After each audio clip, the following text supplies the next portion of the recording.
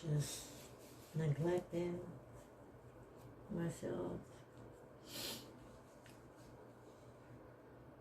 So I was in there and I didn't really know what the end result was going to be. And I knew I didn't want to be no burden to my family. So I really was,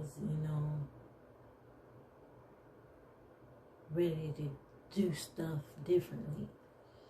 Even though I had already started doing stuff differently, I really needed to be thankful for my experience, and it allowed me to put things into perspective and understand why I'm here. It's not just to indulge, it's to enjoy but give praise and gratitude. So I try to do that now every day. Every day my mind is on my sickle cell and how I can keep it in check. Live even a fuller life than I was living, but not worrying about where I'm going to make it to and what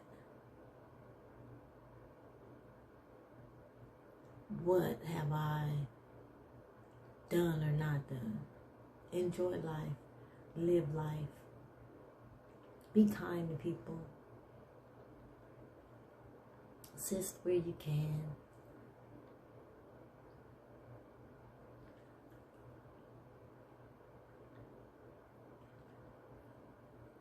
So I'm still working on all that. But every day I'm still going to have sickle cell. So that has to be my first priority, just to stay healthy and to be good to myself. So I allowed COVID to take over last year, and I was laying up in bed a lot. I mean, I was doing my work, but I was still kind of on the brink, right? Still can go either way. But this experience showed me that I still got a lot of life to live, and I better stop taking it for granted and live it and enjoy it, but don't fall in love with it, basically. I mean, like they say, of this earth. Don't be of this earth, right? So I did have, for the most part, I was in the hospital, in bed, sleep, I had 2 IVs running at one point, and then they just took the one out and let the shunt in, you know what I mean? And then, of course, they coming around, taking your blood, poking you, giving you all kinds of different type of pills, stool softener, right? Just food is terrible, so not only are they trying to pump you up and get you back to where you can function, right? They also hurting you, poking you, and then on top of that, even though they feeding you, it's barely edible. So now you're losing weight. So you just really fighting yourself at every turn, but you have to stay strong. You do have to stay strong. That's what I also believe. You do have to stay strong. You have to let the process go, but at the same time, don't assist the process, right? Like I've been doing. Don't assist the process. So, like I said, for the most part, it was what it was. But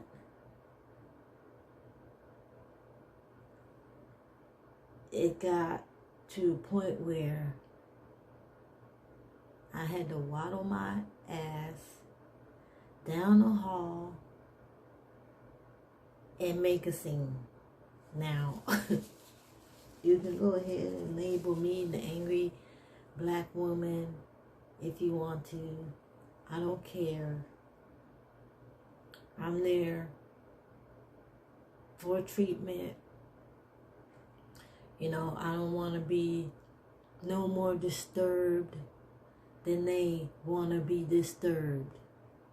So when my IV bag bell is going off and ain't nobody coming to see about it after 2 and 3 hours,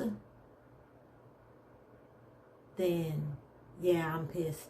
And yeah, I'm walking down the hall with my ass hanging out of my gown, my head looking a mess, got my work boots on with my ashy legs out, dragging my IV bag that an alarm has been going off for the last 2 hours. Now it was going off, and then I dinged for the nurse to come in. And it wasn't my nurse, but I asked her, do you guys hear the alarm out there? And she said, yeah, we hear the alarm. So I'm thinking, if y'all hear the alarm out there, y'all been ignoring the alarm for the last 15 minutes.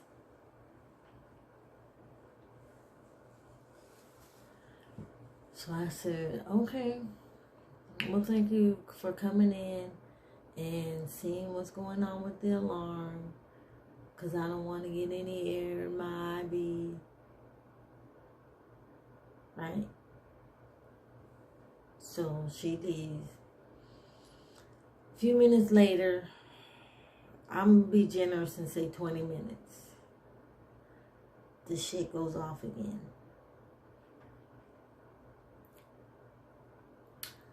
So now I'm timing it. First I see what it says. So now I'm timing it. I fall asleep. I wake up. The shit is still going. I kid you not. I kid you not. At least 2 hours I was asleep. I get up. I put my work boots on. And I go to the doorway, and I open the door, and I stand in the door. I stand right across from a nurse's station, an empty nurse's station. But I figure it's a bell, it's an alarm, it's in the hospital. Somebody's going to hear it, and they're going to be concerned about it, because it is an alarm. A notification alarm. Nobody. So I'm walking down to the other nurse's desk that I passed when I was admitted. Dragging the IV bag. Legs ashy. Hair a mess. Just woke up. Ass out of my gown. They see me, but it's too late. Oh, what's wrong? What can we do for you? Is everything okay? Okay, first of all, you don't hear this bell going off? Somebody needs to attend to the bell. I said, I'm tired of sitting here listening to this bell. Nobody's attending to the bell. I want the head nurse. Send the head nurse to me. Oh, okay. Well, Yeah, well, let me walk you back. Yes, walk me back so you can get an earful of what I have to say. I am not here paying for this to be treated in this manner.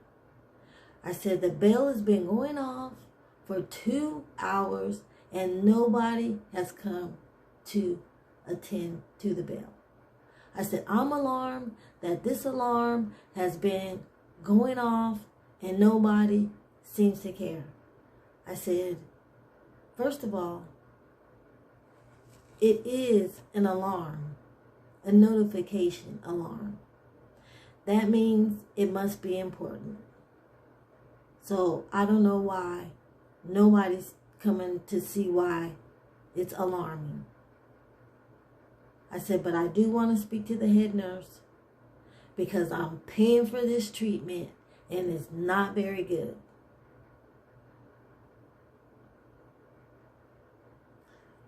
So we walk back down. I'm still yelling, maybe 4 or 5 rooms away from my room, letting everybody know how I'm being treated in this hospital with these nurses.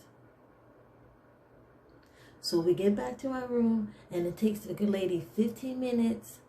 The nurse takes her 15 minutes to get whatever was wrong with the line fixed and for the bell to stop buzzing. So in between her in and out of the room, one of my daughters calls. And I said, hi. And I said her name. And I said, they're not taking very good care of me. And she said, I'll call you back. So while she was tending to my IV, I guess the front desk was ringing for her because she told me, oh, I think it's one of your family members calling. I said, well, that's fine. I'll deal with them. I said, but I still want to speak to the nurse. So then the nurse comes, the head nurse. And I'm explaining to her too. I said, you know, I'm in here. I'm paying for this. This alarm has been a problem. It's going off.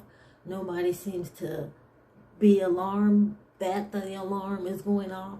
I said, I don't know why it's going off. I said, I'm already in the hospital. I'm in a panic as it is. I don't want to be messed with. I know I ain't the only one they got to tend to. I'm not trying to be an ass. But this don't make no sense. So she, of course, trying to do her little supervisory. Well, I'm sorry. I understand. You're upset because they're not responding fast enough. I said no. It's not that they're not responding fast enough. I said they're not responding at all. I said the alarm was going off for 2 hours. If somebody would have came and checked on me in 1 hour, they would have heard the alarm going off. I said, it's one thing to be a nurse and do your rounds, but you also have to have some type of bedside manner.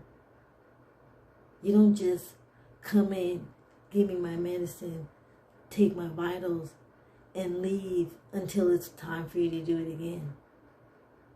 I ring the bell, and they don't even come see me. They want to talk to me through the speaker. I said, no, that's not good treatment. I said, I'm paying for this, and I don't like the way I'm being treated up here. So she left, and let me tell you, things got so much better. They was up in there running gun. May I help you? Is there anything I can do for you? Are you okay? Do you need anything? Ice? Medicine? Food? Jello? Anything. So that is another thing. Make sure you getting taken care of, whether you paying for it or not. Especially in this type of situation with sickle cell, because you already know the treatment, they just want to get you out of there as fast as they can. And see, I wasn't bothering them. I was in there getting the rest that I needed. But I couldn't rest because the bell was going off. And they wasn't tending to it. Because what was they doing? When I walked up on them, they was chit-chatting. Not talking about nothing. Saying to their nation of ladies that were in the hospital. But nobody could come check on me and my bell that had been going off for 2 hours. And when I got there, I missed dinner. And the next day I woke up to cold breakfast. So I had already been noticing things about what was going on before I even had to literally show my ass in the hallway dragging my IV bag. And it might have had blood attached to it at that particular time. I don't remember. So I don't feel bad, even though I did apologize.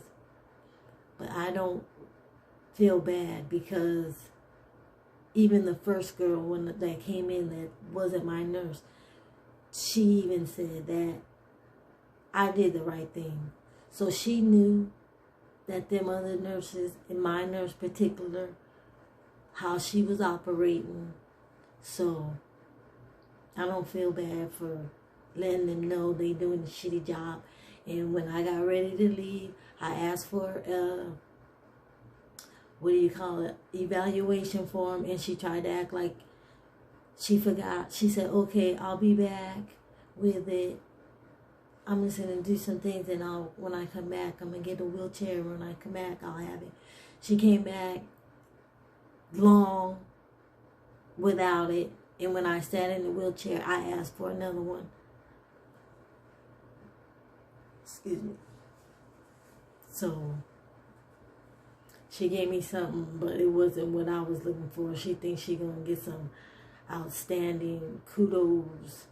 She's not. So, like I said, I learned a lot about me and myself while I was in the hospital. And some of it was good, some of it was bad. Some of it was necessary. But I'm grateful for all of it. So, even though it's hard dealing with sickle cell, we can live. I wouldn't recommend you live like I did, but we can live and still thrive. We can. I mean, even though I did a lot, I still enjoyed life, but it did get to a point where I didn't really feel like I was living. And then bam, I hit 50 and I'm like, damn, what did I do? What did I really do? So be strong in this disease and, plan your life. That's what I think I didn't do with life. I didn't plan it. But I took it in stride, I never complained about whatever my situation was. Not even sickle cell, I never really complained about that. But have hit 50 and looking back, I realized I didn't do much planning in my life. I just kind of allowed life to move around me, I guess. So now I'm planning things, moving and shaking. I got my paddleboard. That's what I've been waiting to get for over 5 years, just not pulling the trigger. So that's something I picked up. I pick up a lot of stuff here and there. I'm still waiting. Probably won't get it. Probably too old. Probably don't need it. But my number one dream is to have a motorcycle as far as fun activities go. I always wanted a motorcycle. It's been 22 years now. I've been carrying my motorcycle license. No coincidence, my children are 22 years old as well. So, I guess that's one of them God works in mysterious ways type of deals there. So, I guess overall, you know, I'm feeling much better. Like I said, it was a lesson for me in it all. You know, to be grateful, to treat myself and my body better, treat people around me better. Don't be so quick to just fly off the handle, you know. Even though I'm a particular way, I don't always have to let the boldness lead. And I can relax, not be so stringent. Even like now, my work schedule, I never in my life would even imagine working on the weekends. And I fought back. I even threatened to quit. I threatened to quit a few times. But now, after, I was starting to see the joy in it. But now that I see more possibilities with it, as far as the off time with it, not the on time. The on time is what it is. But the off time, oh, that 100% totally works better to my advantage. So, I don't mind it now at all. I'm grateful for it. Let's see. This is not going to be good on film, is it? So, I'm grateful for it. And I'm learning to work around it. And that's something I would always be like, I ain't working there. Not for that. Not, just nope. If I didn't want to do it, nope. So now I'm trying to be more open to, like, not that I wasn't open, it just, sometimes I just fought back just because, and I don't need to do that. I just need to do me, take myself, do me, stay healthy, and love my family and my friends. It's just that simple. And enjoy the true meaning and nature of life. And that is living it and being an example of the greatness the Creator created, which is you. You are the greatness that was created to be. Be strong in this disease. There's so many new treatments and experimental treatments. There's so many new ways to handle this disease. That's what I meant to say. New ways to handle. There are some treatments, but new ways is what I meant to say. Let me see if I can just reach back here. So we'll be getting more and more into it. And when we do, I can share with you. Hold on a second. I can share with you. I just gotta cover this part up. I can share with you some of this stuff.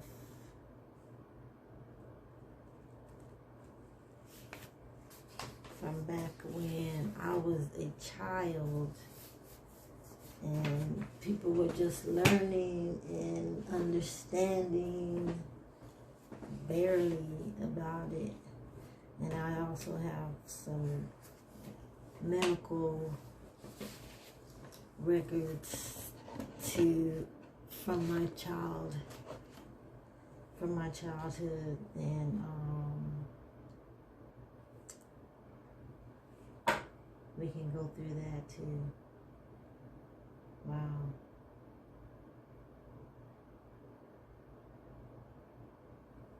Let's bring back a lot of memories here.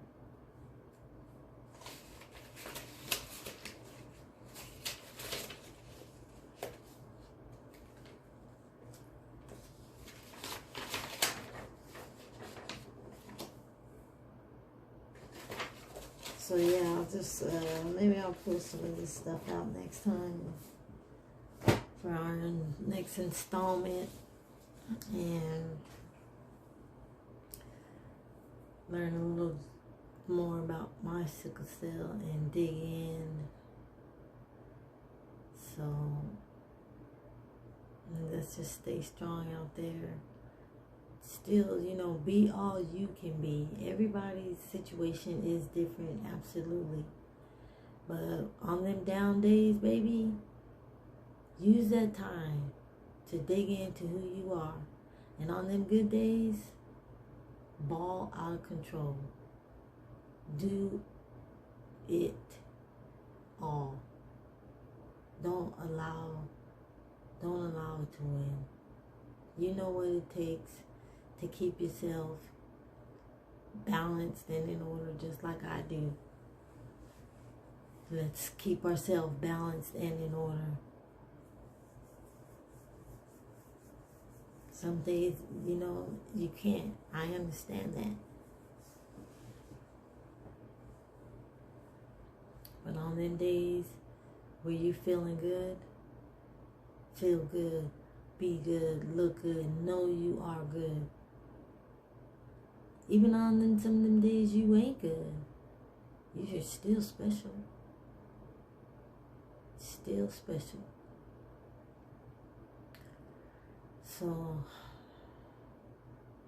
that's what I learned. To be grateful of each and every experience. And sometimes when you ask for stuff, you might get it through a hardship or lesson. So